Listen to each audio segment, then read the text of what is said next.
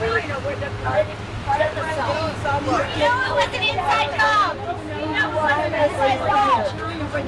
of your constituents want stop the genocide, stop the Holocaust. The Democrats want the ceasefire. The Democrats want the ceasefire.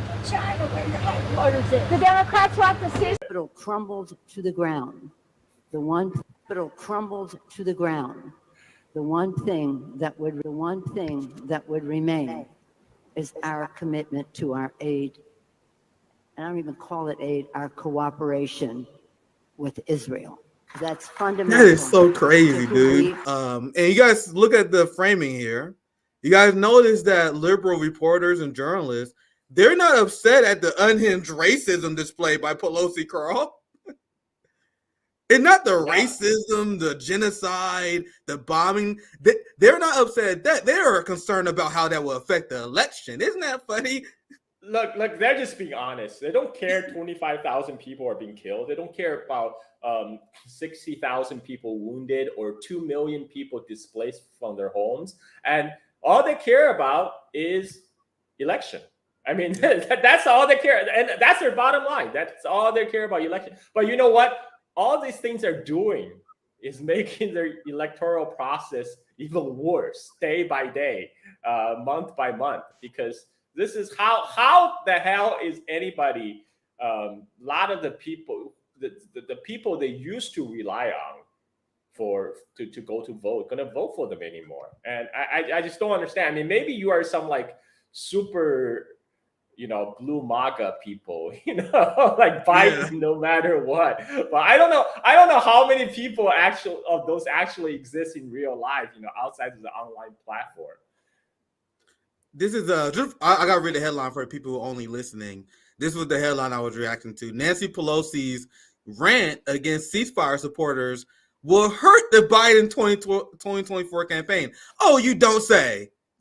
You don't say. Yeah. It's not their action, their own action that's hurting the election. It's you people who dare to dissent from the DNC party line. You people are I 100%, I 100% bet if they lose the election in November, they're going to blame Muslims. They're going to blame Black people.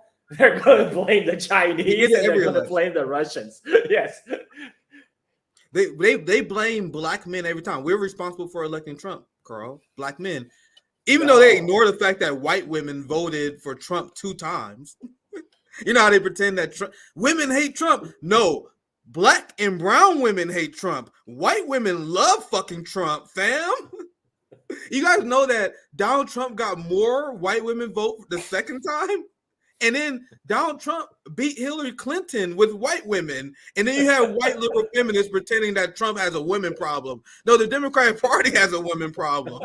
You guys can't beat Trump. You guys, I have fun. Because they always come out with the worst candidate. I mean, like, how about fielding an actual, like, electable candidate? The best they can do after Hillary was Biden.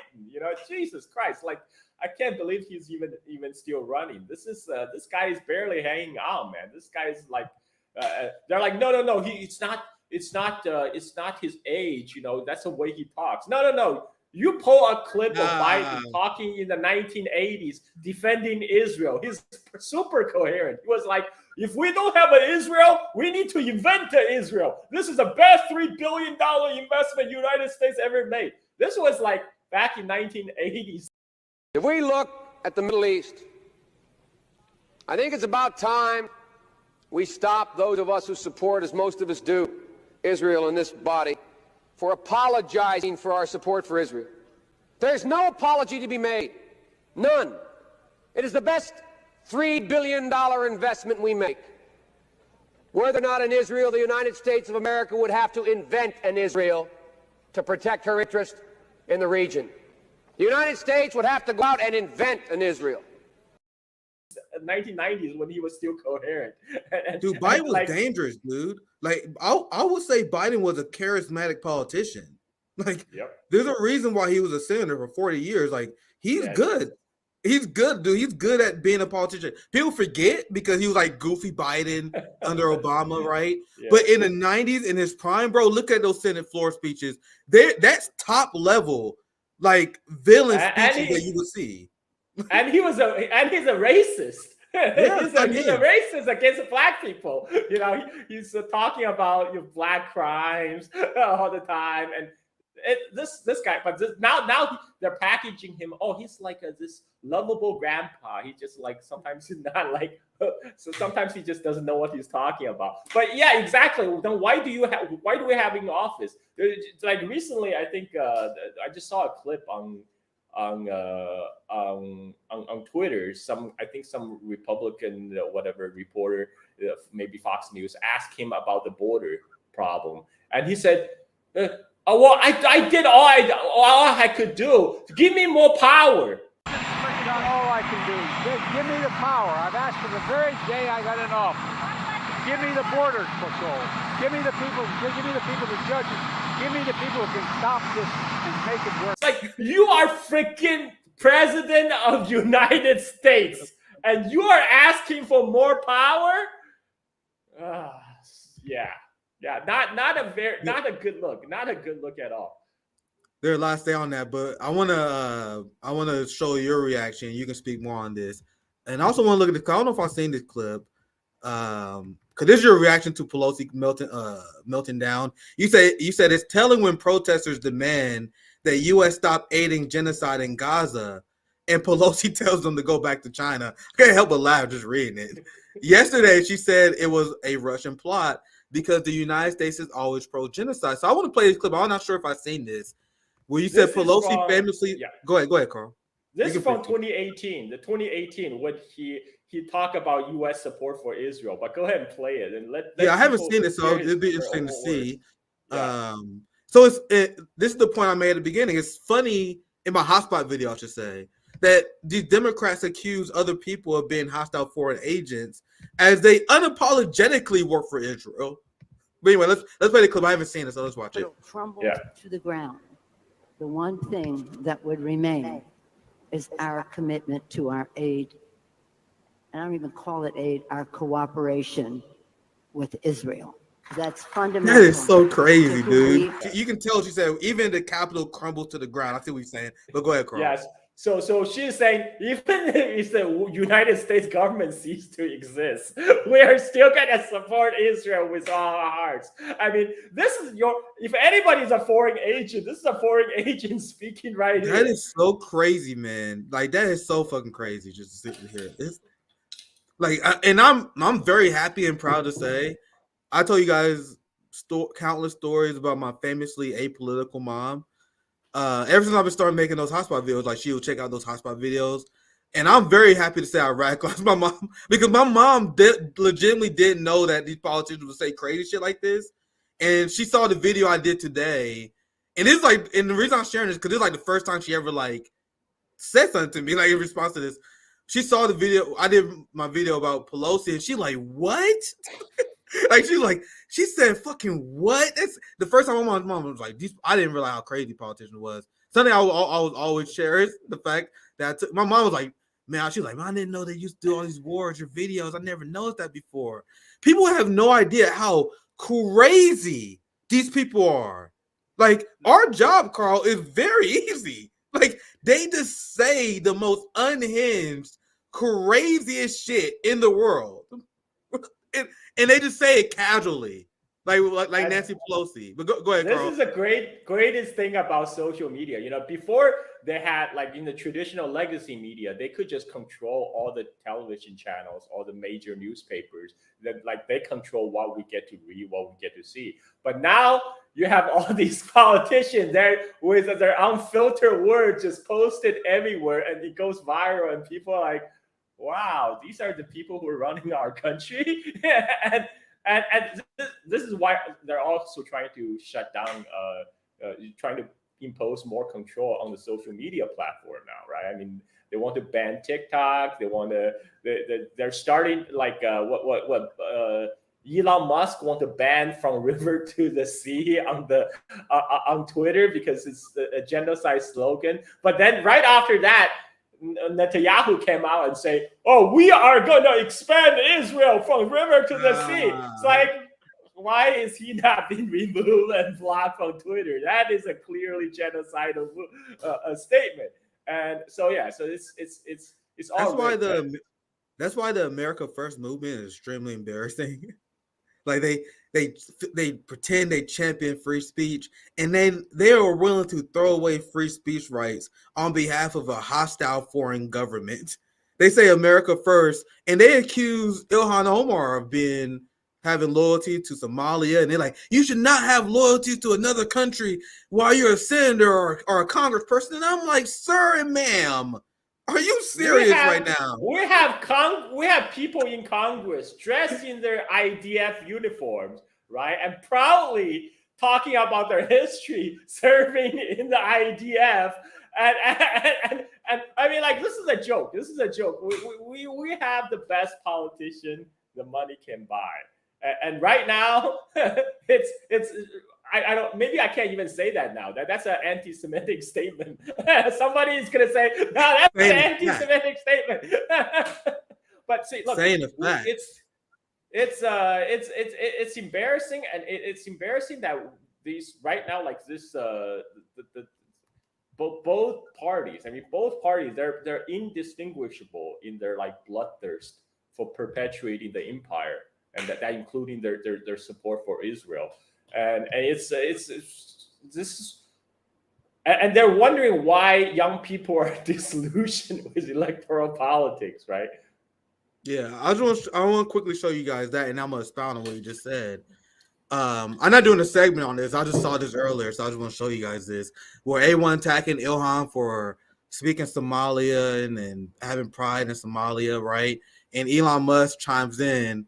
Well, he said, "United States or another country. Pick one." Somebody should post picture of Elon Musk, going to Israel, and like let's see this guy got humiliated. So Elon Musk is a guy who came to Twitter, say, "Okay, I'm free speech for all," and then after October 7th. He's being accused of giving platform to terrorists and whatever, and he did like 180, because he was losing sponsors from all these big corporate sponsors doing ads. So he did 180. He's going with Ben Shapiro to Auschwitz, right? I mean, but the thing is, the Auschwitz. They will tell you Auschwitz was liberated by the Soviet Red Army. I bet majority of Americans don't even know that. Majority of Americans probably don't even know that Auschwitz was. They probably think Americans liberated Auschwitz. First, I'm gonna show you this. Can you mention how disillusioned young people are? I saw this poll and I was like, bro, what?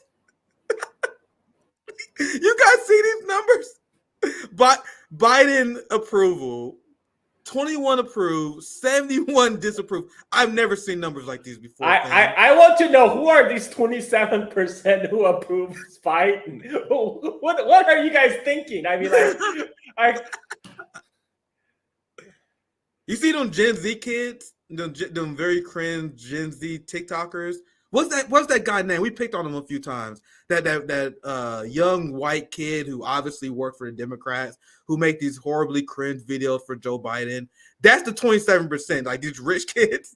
And then his audience, like these suburban, like the Vosh fans, Destiny, the people who watch their shows. I'm assuming that's the 20. If I was to answer your question seriously, that has to be it. The people that grow up in the suburb. Harry Sisson, thank you guys. You guys know I don't remember any of these people's names. Harry Sisson, him and his followers, 27. That's the 27%. But anyway, I've been hyping this up too long, so let's get into it. We only have maybe another 15 minutes, or so I don't want to take too much of your time, Carl. It was a great conversation. I want to cover this, and then the one video I had to show you. That's the CNN video where they blame China for the rise of anti-Semitism. So we'll wrap up after those two, just for the sake of your time. But this is the video that's in the title of the video, the main story. Because of these protests, because of the massive discontent in their base, because they see Biden being protested everywhere he goes, and they know it's not stopping, Democrats are in shambles. They don't know how to handle this. Nancy Pelosi calling people Chinese, pulling puppets, right? And now they are just straight up doing I should say Islamophobic. They are engaging in straight up Islamophobic behavior. And there's quite literally no other way to describe this other than that. I'll read the description and I'll let the video play. Here's holding Biden accountable, a gray account. The Biden campaign is now racially profiling women with hijabs and banning them from attending their events without explanation. This is an outrageous level of Islamophobic racism. So let's watch the video and I'm going to get a reaction for this. We are choosing who's going in and out of the event. I'm sorry. Why are you choosing us not to go in when we have an invite? Right, you specifically singled us out. And by the way, they also, and this is, I saw someone mention this before, they RSVP'd into the event. I haven't seen the video yet. Like, this is one of them stories while I had to squeeze this in the stream. I haven't seen the video yet, but they RSVP'd and they did every single thing that anyone is allowed to do. So keep that in mind as you watch this video. That's racist. Is it because we have hijabs? I'm happy to talk to So it is. someone else. It is because It is. that's clearly, I was afraid of this. You That's crazy. singled That's us out, not, out of everybody. isn't out that of against all the Democrats? women, Whole singled us out. campaign? That's very Islamophobic. That's very racist. I'm sorry. Are you? Keep coming through. We have You're an part invite. of the LGBT community too, right? And you're still gonna kick us out? Come on through. Are you serious? That's crazy. Wow. Now I really won't vote for Biden and Harris. That's crazy. And I'm sure many Muslims who wasn't committed on that campaign that seen this video, they will reach the same conclusion. I'm sure. And if they haven't reached that conclusion, they definitely will between now and the election as the Democrats continue to do unhinged garbage like this. But I'll let the video continue. Interesting.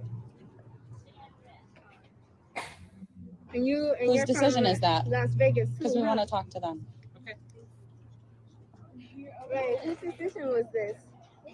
Come on through. Thanks for being here. Thank you. Yeah, thanks for being You're here. white They're male. racist, Part of the Islamophobic, LGBT obviously. community, and you're being racist. They're disinviting come us through. because we have hijabs on our heads. That's why, people. This is not a democracy.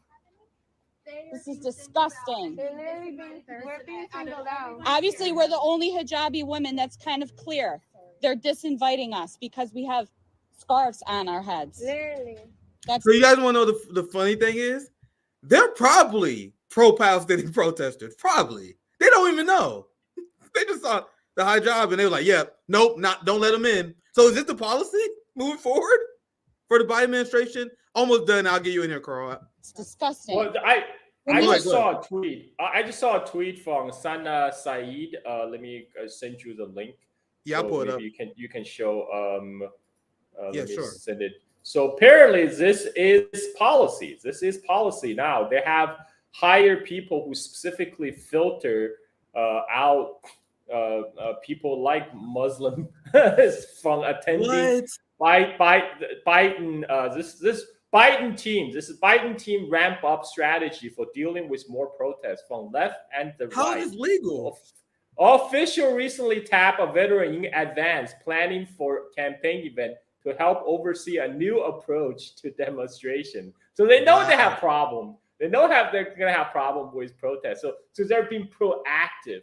And as part of the strategy, Biden and advisors are seeking to confront dynamic that's only recently emerged, an uptick in protests of the president's policy on Israel-Hamas war, and demonstrators making it difficult for guests, at one instance, a host to attend the event. Again, they're turning this around, saying, "Oh, they're blaming the protesters," and then they say to navigate the issue, Democratic official has tapped a veteran in advanced planning for campaign event to help oversee a new approach.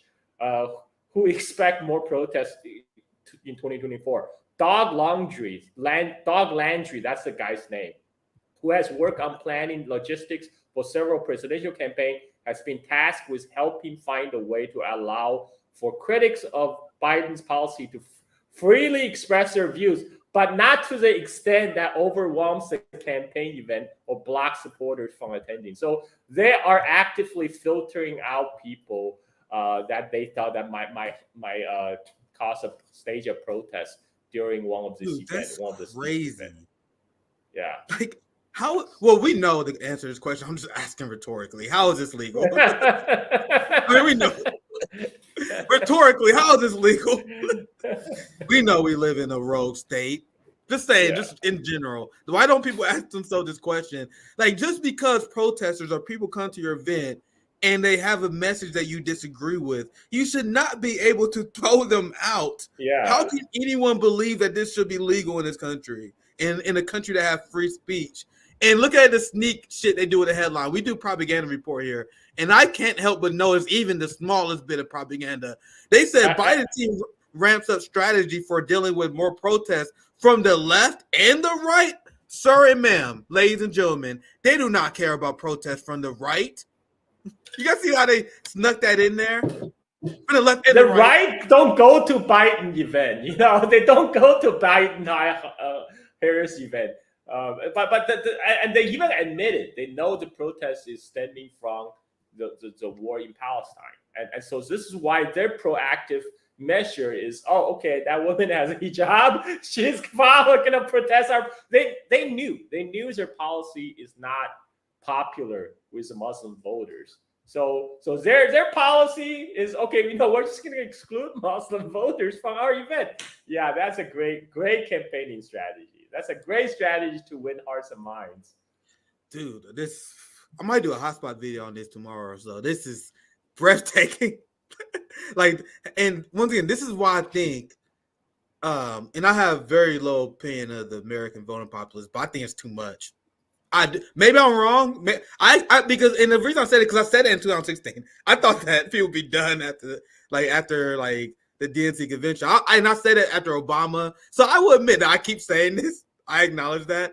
But I think it's different this time. I think most people could agree. Like, I'm overly optimistic when I say I think this time people will be done. No, I think it's over, man. And they are being more unhinged because they're losing the direction. So we have one more last story, and I want to get you out here. I don't want to take too much of your time. Hope you guys enjoying this day and night. Once again, you guys thought just because it's my birthday, I was gonna not pull out this banger today. We coming out with bangers after banger after banger after banger after banger ever since the start of Nick at Night season 2. I've been greatly enjoying Happy birthday, by the way. Happy birthday. Yeah, I appreciate you joining me today. I appreciate it, Carl, and we definitely gotta do this again. So it's a very fun, informative conversation. Hope you guys enjoying as well. Like and share if you do. I'm also on Thursday, just an early announcement. I'm going to have a union worker, someone who was engaged with the teacher unions, because I've been explaining to people that, especially with the auto workers endorsing Biden, people really need to understand that American unions have been hijacked by the capitalist class. So we're going to have someone who had direct experience with frustration with the unions. It's the reason why unions have failed. And the reason why right to work is even popular in my state is because capitalists hijacked unions in the 70s and 80s and turned them inefficient. They start working against workers. And then workers, for good reason, started to be anti-union. What the fuck I'm paying the union dudes for? And that's by design. So I'm going to cover that more on Thursday. We snuffed out, and the Marianne Williamson fans still hate our guts because I called her out to her face regarding her Zionism. And Carl, I don't know if you saw it. She called me a mansplainer. I saw. Well, I know. I saw her other tweet. You know, she trying to explaining to another girl why Hamas was bad, why Israel has to do what Israel is doing. It's like, okay, you just nuke your campaign right there. I mean, like before you could have present yourself as an alternative, but you just came out. You're no different. You're no different. It's like what RFK did. You know, RFK came out to support Israel. That might be because the Mossad might have some material on him. You know, the guy was, you know, the guy has spent too much time with Epstein not to have some dirt. You know, and Epstein 100% is a Mossad agent. I mean, he was so convenient to set up all these influential figures he had sex with minors. You know, we have the tapes. And That's a very important point. Now, to answer your question, Oak Crow, I think the around and I'm just doing based on my memory because it was a while ago. I think it was the 2014 slaughtering campaign against Gaza, which really did it because the Israel-Palestine issue was one of the things that made me turn against the Democrats. I liked Obama in 2018, and then remember I told you guys I voted the last time I ever voted for the lesser two evils, and I still regret it to this day was 2012. And remember not liking Obama, and now laughing at myself because remember I thought Mitt Romney. I was scared of Mitt Romney. I was like, because I thought Mitt Romney was going to be like a new George W. Bush, and this is before I learned that Barack Obama was essentially another Bush. I was still kind of denial over that, but then as I learned about Guantanamo Bay, Abu Ghraib, and then I saw Obama, hardcore support of Israel. The 2000 and once again, this is based on my memory. 2014 happened. Then I dug how like AIPAC and Israel is into both Democrats and Republicans, and that led to me. I'm like, all right, I'm never voting Democrat ever again. Just that easy. Obama is one of the best candidates for Goldman Sachs. You know, he's one of the best. Obama was the best thing that ever happened to the establishment. Like he really was. Yep. Like he turned the entirety.